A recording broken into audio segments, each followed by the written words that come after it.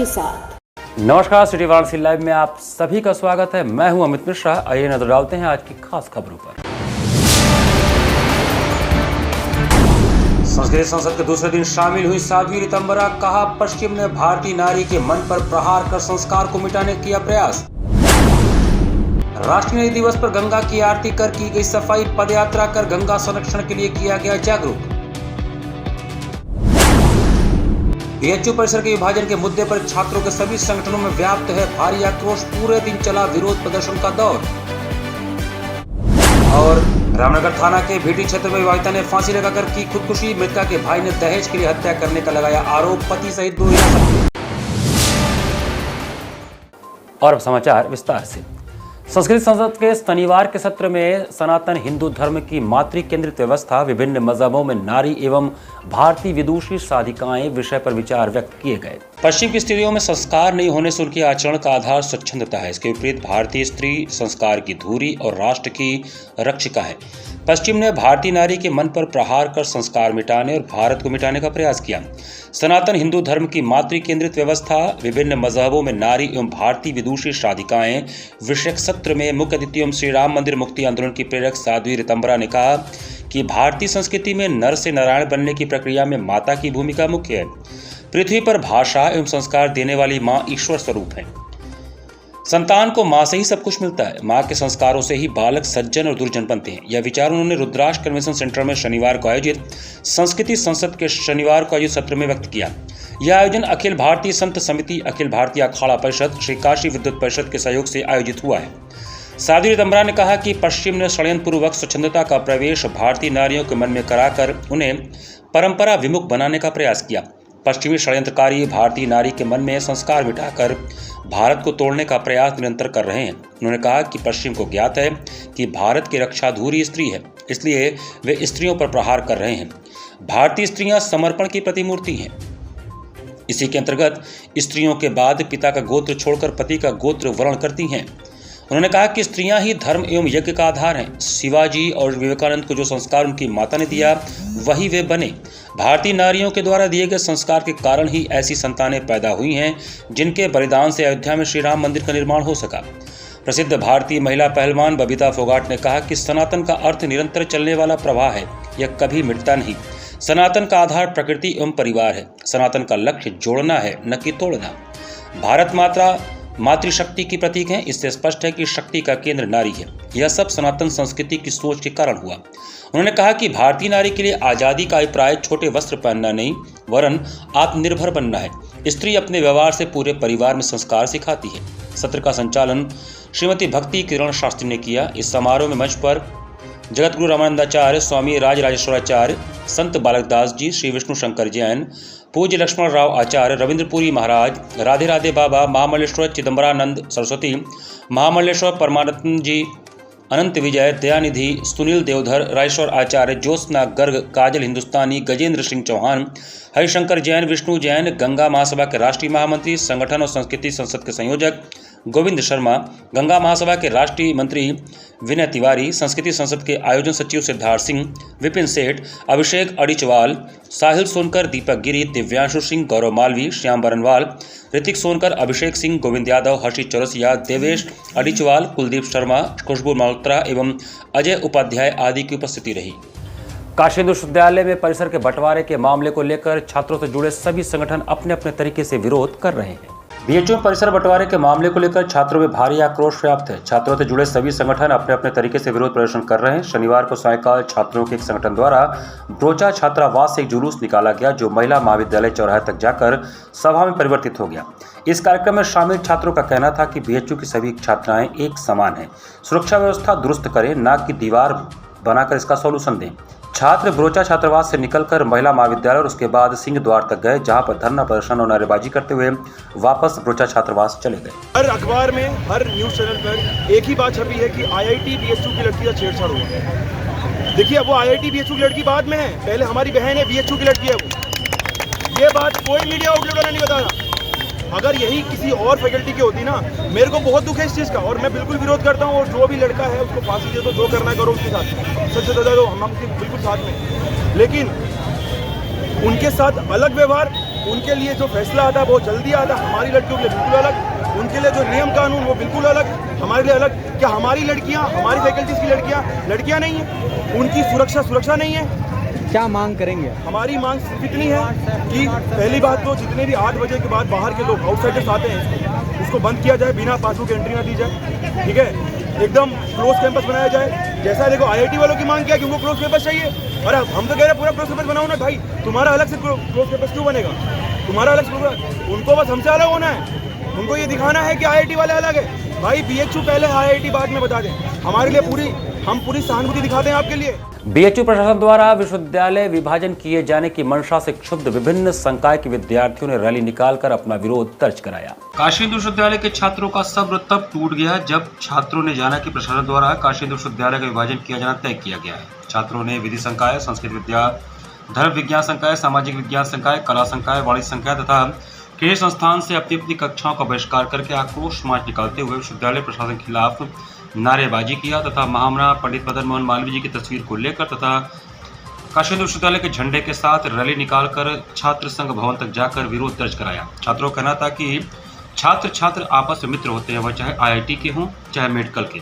सुरक्षा के नाम पर BHU का विभाजन छात्रों को बर्दाश्त नहीं होगा। BHU में सुरक्षा व्यवस्था तगड़ी की जाए, इसकी कार्रवाई की जाए, लेकिन इसके विकल्प के रूप में दीवार खड़ा करना, महामना जी के मूल्यों पर कुठाराघात करना है। छात्रों की तरफ से छात्र नेता मृत्युंजय तिवारी आजाद ने कहा कि विश्वविद्यालय प्रशासन को तत्काल प्रभाव से स्पष्टीकरण देना चाहिए कि किस अधिकार से BHU को खंडित करना चाहते हैं। उनकी मंशा BHU हित में नहीं है, इसके लिए हम लोग लगातार विरोध दर्ज करते रहेंगे। तथा पतंजलि ने कहा कि विश्वविद्यालय प्रशासन विखंडनवादी मानसिकता का है जिसका महामना परिवार विरोध करेगा तथा लोकतांत्रिक तरीके से लड़ाई लड़ता रहेगा।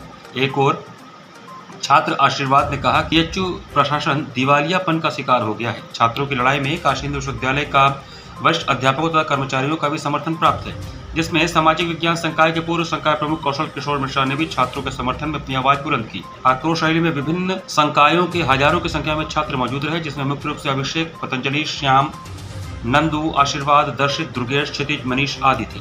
बाउंड्री वॉल के बनाने का विरोध है। काशी हिंदू विश्वविद्यालय का बंटवारा हम किसी भी कीमत पे नहीं चाहते हैं। क्या कर रहे हैं आप लोग? हम लोग आज विभाग संपर्क यात्रा निकाले हुए हैं, जिसमें विभिन्न विभागों में, संकायों में हम लोग जा रहे हैं और वहां से भारी संख्या में पॉजिटिव संपर्क हम लोगों को मिल रहा है और ये बड़ा हुजूम निकल के आएगा। फीस वृद्धि आंदोलन के बाद ये एक बहुत बड़ा व्यापक आंदोलन बनने जा रहा है। BHU कैंपस में हुई यौन हिंसा की शर्मनाक घटना तथा कैंपस में दीवार उठाने के प्रशासनिक निर्णय के खिलाफ सिंह द्वार पर विद्यार्थियों का धरना दूसरे दिन भी जारी रहा। काशी हिंदू विश्वविद्यालय स्थित सिंह द्वार पर छात्र छात्राओं का धरना दूसरे दिन भी जारी रहा। धरने पर बैठे सभी विद्यार्थी छात्रा के साथ हुए घटना की निंदा कर रहे थे और जल्द से जल्द आरोपियों की गिरफ्तारी की मांग कर रहे थे। इसके साथ ही धरनारत छात्राओं ने बताया कि विगत 1 नवंबर को BHU कैंपस में हुए यौन हिंसा की शर्मनाक घटना तक कैंपस में दीवार उठाने के प्रशासनिक निर्णय के खिलाफ BHU सिंह द्वार लंका पर हम धरनारत हैं। आए दिन छड़कानी एवं यौन उत्पीड़न की घटनाएं हमारे कैंपस में हो रही हैं, लेकिन असंवेदनशील प्रशासन इन्हें लगातार नज़रअंदाज कर रहा है। आज जब ये मामले फिर से फलक पर आए हैं तो हमारी सुरक्षा सुनिश्चित करने के बजाय प्रशासन द्वारा कैंपस में दीवारें खड़ी कर इसे बांटने का प्रयास किया जा रहा है। हमारा मानना है कि हमारे कैंपस में एक ऐसी बॉडी होनी चाहिए जो लोकतांत्रिक तरीके से चुनी हुई हो और वह प्रभावी तरीके से यौन उत्पीड़न के मामलों पर काम करे। इसलिए हमारी मांग है कि BHU में GS कैश लागू किया जाए, जो ऐसे मामलों में निपटारे के साथ साथ लैंगिक संवेदनशीलता और जागरूकता फैलाने का भी काम करे। हम ये भी मांग करते हैं कि यौन हिंसा की घटना में पीड़िता को न्याय मिले तथा अपराधियों की पहचान कर शीघ्र कार्रवाई की जाए। कैंपस में दीवार उठाने तथा चौराहों पर पुलिस तैनाती के फैसले को तत्काल वापस लिया जाए। इसके अलावा मेस के खाने से लेकर हॉस्टल की टाइमिंग तक हर जगह से लैंगिक भेदभाव को खत्म किया जाए। BHU में हाल में एक सेक्सुअल हरासमेंट की घटना हुई है, जिसमें एक लड़की के साथ बहुत बुरी तरीके से हरासमेंट किया गया है। इसके खिलाफ में हम लोग यहाँ पर बैठे हुए हैं। कल शाम 6 बजे से हम लोगों का एक प्रोटेस्ट लंका गेट पर चल रहा है। लंका गेट को हम लोग यहाँ पर देख सकते हैं कि पूरा लंका गेट को बंद कर हम लोग बैठे हुए हैं। जो लड़कियाँ हैं, हम लोग की ये डिमांड है, सबसे पहली डिमांड है कि जो पीड़िता है उसको न्याय दिया जाए, जो भी आरोपी है उनको सजा दी जाए। दूसरी हमारी डिमांड है कि gender sensitization committee against sexual harassment UGC द्वारा एक प्रावधान दिया हुआ है इस कमेटी का, ये लागू किया जाए। इस डिमांड को लेकर 2017 से हम लोग मांग कर रहे हैं, लेकिन आज तक कमेटी लागू नहीं की गई है। तीसरी हमारी डिमांड है कैंपस में सिक्योरिटी को बढ़ाया जाए, सेंसिटाइज किया जाए, ताकि teaching non teaching staff guard सब लोग जो है भीटी गांव रामनगर में शनिवार को एक विवाहिता ने फांसी लगाकर खुदकुशी कर लिया। रामनगर थाना अंतर्गत भीटी गांव में एक विवाहिता ने फांसी लगाकर खुदकुशी कर ली। इस बात की खबर मिलते ही धपरी चंदौली गांव निवासी मृतका के भाई विनोद कुमार अपने परिजनों के साथ मौके पर पहुंच गए और उन्होंने अपनी बहन की दहेज के लिए हत्या का आरोप लगाते हुए पति सहित परिजनों के विरुद्ध कार्रवाई की मांग की। उन्होंने बताया कि बहन की शादी 2019 में हुई थी। शादी के बाद से ही बहन के ससुराल वाले आए दिन उसे दहेज के लिए प्रताड़ित करते थे। दूसरी ओर विवाहिता की खुदकुशी की खबर मिलते ही मौके पर पहुंचे रामनगर SHO भरत उपाध्याय ने दरवाजा खुलवाकर शव को कब्जे में लेने के साथ उसे पोस्टमार्टम के लिए भेज दिया। साथ ही मृतका के भाई द्वारा दिए गए तहरीर के आधार पर पति व जेठ को मौके से हिरासत में लेकर मामले की जांच में जुट गई। सूचना कुछ नहीं दिए, हमको अपने बुआ के लड़के के से मिला सूचना, वो स्टेशन मास्टर था, वही फोन करके बताया कि भैया ऐसा बात है, तो हम लोग आए। अब आप लोग क्या करेंगे आगे, क्या आरोप लगा रहे हैं? अब आरोप वही जो दहेज प्रथा पे वही लगाएंगे। पहले लड़ाई झगड़ा कुछ था? कुछ नहीं था। 4 नवंबर को गंगा के राष्ट्रीय नदी घोषणा दिवस को नमामि गंगे के सदस्यों ने मां गंगा का दुग्धाभिषेक एवं स्वच्छता के साथ मनाया। गंगा के राष्ट्रीय नदी घोषणा दिवस 4 नवंबर को नमामि गंगे के सदस्यों ने दशाश्वमेध घाट पर मां गंगा की आरती की। स्वच्छता की कामना से दुग्धाभिषेक किया गया। आरती के बाद गंगा तलहटी की सफाई करते हुए गंगा निर्मलीकरण की अलग जगाई गई। अलियाबाई घाट से राजेंद्र प्रसाद घाट तक लोगों को गंगा के संरक्षण के प्रति जागरूक किया गया। नमामि गंगे टीम ने गंगा किनारे पड़े निर्माल्य को समेटकर कूड़ेदान तक पहुंचाया। राष्ट्रध्वज, तिरंगा व स्वच्छता स्लोगन लिखी तख्तियां लेकर राष्ट्रीय नदी गंगा के संरक्षण हेतु निवेदन किया गया। नमामि गंगे काशी क्षेत्र के संयोजक राजेश शुक्ला ने कहा कि नमामि गंगे योजना तभी सफल होगी जब इसमें आमजन की भागीदारी बढ़ेगी। प्रत्येक व्यक्ति के मन में गंगा को उतारना होगा। गंगा हमारी आस्था का प्रतीक है, लेकिन हम भूल जाते हैं कि गंगा का संरक्षण भी हमारी नैतिक जिम्मेदारी है। आयोजन में प्रमुख रूप से नमामि गंगे काशी क्षेत्र के संयोजक राजेश शुक्ला, महानगर प्रभारी पुष्पलता वर्मा, पूजा मौर्य, रमेश चौहान, सोनू दुबे एवं सैकड़ों की संख्या में नागरिक गण शामिल थे। गंगा की आरती उतारी है, उनका दुग्धाभिषेक किया है और यह सब उनके निर्मलीकरण की कामना से किया है। हमने पदयात्रा करके लोगों को मां गंगा के संरक्षण हेतु जागरूक भी किया है। सबका साथ हो, गंगा साफ हो, यानी हम घर घर गंगा निर्मलीकरण की अलख जगाएं। सबको साथ में लेकर हमें यह स्वीकार करना होगा कि यह गंगा नदी अमृत तुल्य नदी है, जो हम भारतवासियों को जीवन भी देती हैं। हमारी कई करोड़ आबादियों को प्रत्यक्ष रूप से रोजगार भी देती हैं, आजीविका भी देती हैं। तो ऐसी गंगा मैया का तट साफ सुथरा रहे, यह निवेदन हम आज राष्ट्रीय नदी दिवस पर आप सभी से कर रहे हैं। यहाँ पर वक्त चला छोटे से ब्रेक का। बने रहिए सिटी वाराणसी लाइव के साथ। वाराणसी लाइव, सच के साथ।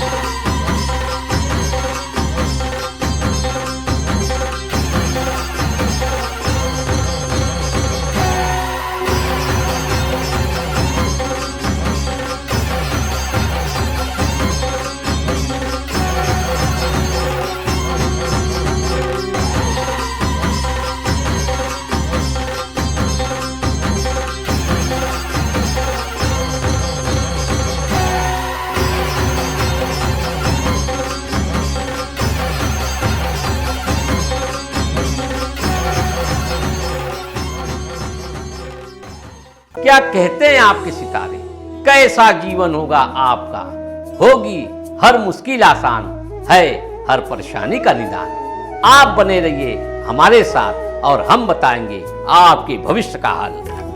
प्रत्येक मंगलवार रात्रि 8:30 बजे से सिर्फ सिटी वाराणसी लाइव पर।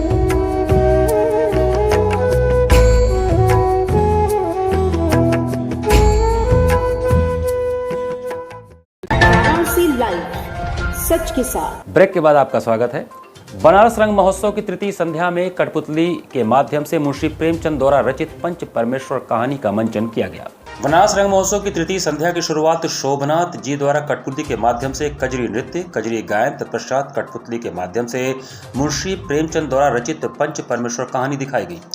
पंच परमेश्वर उनके द्वारा लिखी पहली कहानी। इस कहानी में दो मित्रों जुम्मन शेख और अलगू चौधरी को मित्रता और शत्रुता की पृष्ठभूमि को आधार बनाकर पौराणिक सामाजिक न्याय व्यवस्था, पंचायती में पंथ के पद की मर्यादा, गरिमा और प्रतिष्ठा का जीवंत और नैसर्गिक सिद्ध करने का प्रयास किया गया है।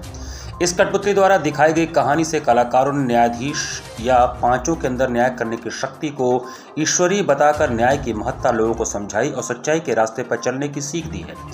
जिसके बाद राष्ट्रीय नाट्य विद्यालय सिक्किम रंग मंडल द्वारा भास भरतम नाटक की प्रस्तुति हुई, जिसमें चरण और भट्ट के माध्यम से नाटक की कथा वस्तु को प्रेक्षकों तक पहुंचाया गया। चरण और भट्ट भारतीय नाट्य पद के सबसे प्राचीन कथावाचकों में से एक है।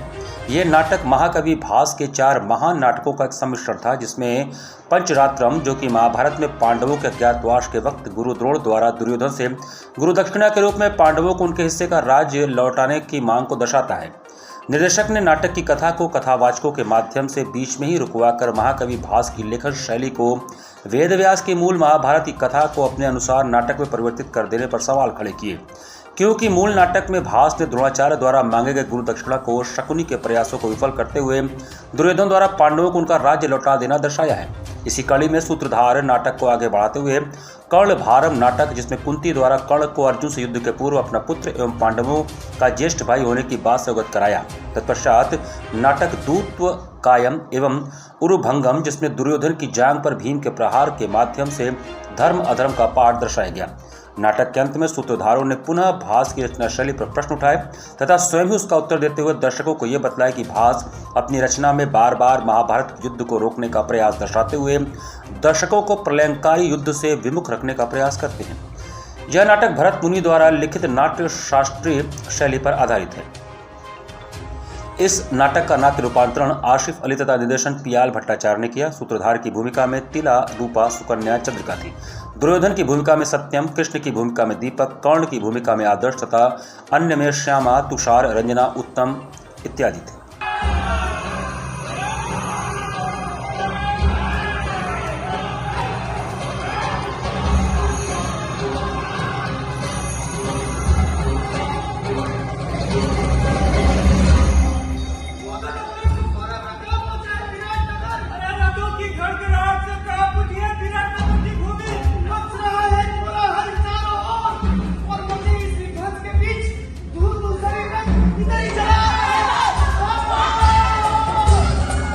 राजीव गांधी दक्षिणी परिसर काशी विश्वविद्यालय के सत्र 2023-24 के नव प्रवेशी विद्यार्थियों के लिए दिशा निर्देश एवं प्रेरणा कार्यक्रम आयोजित किया गया। काशी विश्वविद्यालय वाराणसी के राजीव गांधी दक्षिणी परिसर बरकचा मिर्जापुर के सत्र 2023-24 के नव प्रवेशी विद्यार्थियों का अभिविन्यास, दिशा निर्देश एवं प्रेरणा कार्यक्रम आयोजित किया गया। कार्यक्रम का शुभारंभ आचार्य प्रभारी professor Vinod Kumar Mishra, doctor captain आनंद गोपाल बंदोपाध्याय सलाहकार आचार्य प्रभारी दक्षिणी परिसर, डॉक्टर आशीष कतारे छात्र सलाहकार दक्षिणी परिसर, डॉक्टर मनोज कुमार मिश्रा उप आरक्षाधिकारी दक्षिणी परिसर ने विश्वविद्यालय के संस्थापक भारत रत्न पंडित मदन मोहन मालवीय जी की प्रतिमा पर माल्यार्पण एवं उनके समक्ष दीप प्रज्वलन कर किया। आचार्य प्रभारी प्रोफेसर विनोद कुमार मिश्र ने नव प्रवेशी विद्यार्थियों को विश्वविद्यालय में प्रवेश प्राप्त करने की शुभकामनाएं प्रेषित की एवं मालवीय जी के मूल्यों और सिद्धांतों को आत्मसात करने का आग्रह किया तथा परिसर को जल्द से जल्द पूर्णतया वाईफाई करने का आश्वासन दिया। सलाहकार आचार्य प्रभारी दक्षिणी परिसर डॉक्टर कैप्टन आनंद गोपाल बंदोपाध्याय ने विद्यार्थियों को शुभाशीष प्रदान किया। छात्रावास समन्वयक डॉक्टर BMN कुमार ने सभी विद्यार्थियों के लिए छात्रावास प्रदान करने की सुविधा का जिक्र किया। उप आरक्षाधिकारी डॉक्टर मनोज कुमार मिश्रा ने विद्यार्थियों को अनुशासन में रहने की सलाह दी। छात्र सलाहकार डॉक्टर आशीष कतारे ने कार्यक्रम का संचालन किया। विद्यार्थियों को विभिन्न कार्यक्रम जैसे कि अर्न वाइल लर्न, प्लेसमेंट समिति, मेस सब्सिडी, दिव्यांग सब्सिडी, भारत सरकार द्वारा चलाए जा रहे अनुदान कार्यक्रम एवं टैबलेट, लैपटॉप वितरण तथा सांस्कृतिक कार्यक्रम, दिशा एवं वार्षिक खेलकूद प्रतियोगिता कार्यक्रम की जानकारी प्रदान की। एंटी रैगिंग समिति से डॉक्टर विजय कृष्णा ने नव प्रवेशी विद्यार्थियों के लिए विभिन्न हेल्पलाइन नंबर तथा रैगिंग निरोधी दस्ते का विवरण दिया और विद्यार्थियों से आग्रह किया कि डर भय को त्याग कर वक्त की जरूरत इसका उपयोग करें। प्रिंसर संपूर्ण आवासीय होने के साथ नव प्रवेशी विद्यार्थियों के लिए हमेशा उनके साथ सहायता हेतु तत्पर है। कार्यक्रम का धन्यवाद ज्ञापन डॉक्टर राघवेंद्र मिश्रा, संयोजक MLT दीनदयाल उपाध्याय कौशल केंद्र ने किया। स्पंदन सभागार सनबीम लहरतारा में नृत्य के विद्यार्थियों के लिए 3 दिवसीय कथक कार्यशाला का आयोजन किया जा रहा है। नटराज संगीत अकादमी एवं सनबीम शिक्षण समूह के संयुक्त तत्वावधान में प्रतिवर्ष की तरह इस वर्ष भी युवा संगीत एवं नृत्य के विद्यार्थियों के लिए त्रिदिवसीय कथक कार्यशाला का आयोजन सनबीम लहरतारा के स्पंदन सभागार में किया जा रहा है। इस वर्ष पंडित बिरजू महाराज जी के शिष्य परंपरा के वरिष्ठतम कलाकार एवं विख्यात गुरु विदुषी शाश्वती सेन बतौर प्रशिक्षक एवं गुरु आ रही हैं। त्रिदिवसीय कार्यशाला में वह बच्चों को लखनऊ घराने के पारंपरिक कथक नृत्य की बारीकियां सिखाएंगी एवं भाव पक्ष की महत्ता पर भी प्रकाश डालेंगी। कार्यशाला के अतिरिक्त पंडित बिरजू महाराज परंपरा के अंतर्गत वह विद्यार्थियों को विशेष रूप से संबोधित भी करेंगे। यह आयोजन आगामी 6 नवंबर से 8 नवंबर 2023 तक विविध वर्ग के विद्यार्थियों के लिए आयोजित है। सबसे कनिष्ठ वर्ग बिगिनर्स का है, जिसमें प्रवेशिका के विद्यार्थियों को सीखने को मिलेगा। इसके बाद इंटरमीडिएट यानी कम से कम 5 साल तक कथक सीखे हुए विद्यार्थियों को सिखाया जाएगा एवं एडवांस ग्रुप स्नातक एवं परास्नातक स्तर के विद्यार्थियों के लिए आयोजित किया गया है। इस कार्यक्रम की संयोजिका संगीता सिन्हा विगत कई वर्षों से लगातार अपने गुरु कथक सम्राट पंडित बिरजू महाराज के सानिध्य में यह आयोजन करती आ रही हैं। इस त्रिदिवसीय कार्यशाला के पश्चात 9 नवंबर को सनबीम लहरतारा के स्पंदन सभागार में 28वें कथक महोत्सव का आयोजन भी किया जाएगा। हमारा 3 प्रोग्राम है एक्चुअल में। पहला कथक वर्कशॉप है जो 6 नवंबर से 8 नवंबर तक सनबीम लहरतारा में स्पंदन में होगा और शाम को 3 बजे से लेके 8 बजे तक चलेगा। और 3 दिन में जो बच्चे सीखेंगे 8 तारीख को उनका प्रदर्शन होगा और सर्टिफिकेट दिया जाएगा।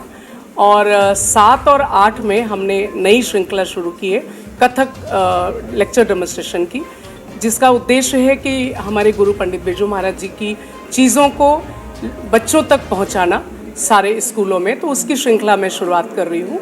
और 9 तारीख को 9 नवंबर को सनबीम लहरतारा में ही इस बार का मेरा कथक महोत्सव आयोजित है। शाम को 5 बजे से और 8 बजे तक संपन्न होगा।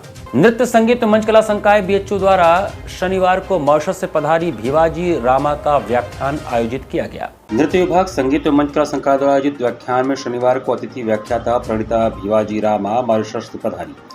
मालवीय जी की प्रतिमा पर माल्यार्पण से कार्यक्रम का शुभारंभ हुआ। संकाय प्रमुख प्रोफेसर के शशि कुमार एवं डॉक्टर विधि नागर द्वारा अतिथि व्याख्याता को अंग वस्त्र तथा स्मृति चिन्ह देकर सम्मानित किया गया। विभाग तथा संकाय के लिए गर्व की बात यह है कि अतिथि व्याख्याता प्रणीता की शिक्षा दीक्षा बनारस हिंदू विश्वविद्यालय के नृत्य विभाग में कथक विषय से हुई तथा वर्तमान में वो महात्मा गांधी इंस्टीट्यूट मॉरिशस में व्याख्याता के रूप में पिछले 14 वर्षों से कार्यरत हैं। नृत्य कला तथा विज्ञान विषय पर उन्होंने विद्यार्थियों को बहुत विस्तार से नृत्य में छिपे हुए विज्ञान को बताया, जैसे अंकगणित, रेखा, कोण, भौतिक विज्ञान के सिद्धांत, आकार, जियोलॉजिकल तत्व, आभूषणों में छिपे रत्नों का महत्व इत्यादि। कार्यक्रम में प्रोफेसर लैलीना भट्ट, पूर्व संकाय प्रमुख प्रोफेसर वीरेंद्र मिश्रा, डॉक्टर सत्यवर प्रसाद, डॉक्टर किलेश्वरी पटेल, डॉक्टर रंजना उपाध्याय, दृश्य कला संकाय के डॉक्टर सुरेश के नायर इत्यादि उपस्थित थे। हमारे विद्यार्थी जो आज शिक्षा ले रहे हैं BA में, MA में, PhD में, वो निश्चित रूप से न सिर्फ dance as an art and science का लेक्चर सुनेंगे, समझेंगे, जानेंगे कि नृत्य के पीछे कौन सा विज्ञान छुपा हुआ है, कितनी तरह के विज्ञान छुपे हुए हैं कथक में और भरतनाट्यम में और सभी नृत्य शैलियों में, बल्कि वो यह भी इंस्पायर होंगे कि हमारे यहाँ के BHU के एलुमनाई जो कि मॉरिशस से यहाँ के जिन्होंने शिक्षा ली और अब वो वही ज्ञान को मॉरिशस में पिछले कई सालों से एज इट इज़ फैला रहे हैं और उसको और ज्ञानवर्धक बनाते हुए। तो दोनों तरह से ये हमारे लिए बहुत लाभान्वित है ये लेक्चर, विद्यार्थियों के लिए भी और विभाग के लिए भी, कि हमारे यहाँ के एलुमनाई आज जो कि इस समय वो डायरेक्टर, सबसे यंगेस्ट डायरेक्टर हैं मॉरिशस कल्चरल ट्रूप की, प्रणीता भिवाजी रामा, वो आज हमारे यहाँ आमंत्रित है और हम लोग को बहुत गर्व की अनुभूति हो रही है। उत्तर प्रदेश उद्योग व्यापार समिति के पदाधिकारियों ने शनिवार को प्रेस वार्ता कर सरकार से ऑनलाइन कंपनियों पर अंकुश लगाने को कहा। ऑनलाइन कंपनियों द्वारा निरंतर सरकार के नियमों की अनदेखी करते हुए खुदरा व्यापार को जबरदस्त चोट कर रहे हैं, इन्हें रोका जाए। यह कहना था उत्तर प्रदेश उद्योग व्यापार समिति के पदाधिकारियों का, जो शनिवार को पराड़कर भवन में आयोजित प्रेस वार्ता में बोल रहे थे।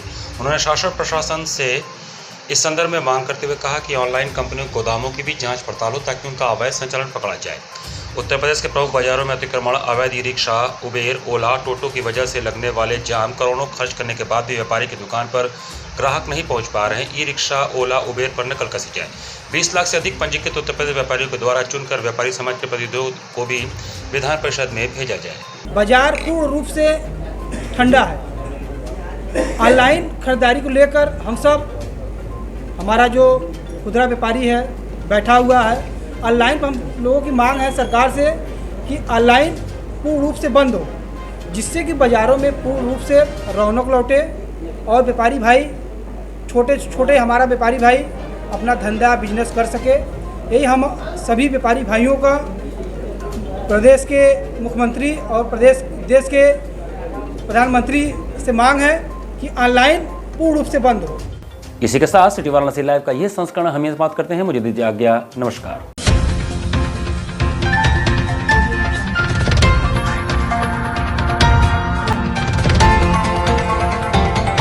वाराणसी लाइव, सच के साथ।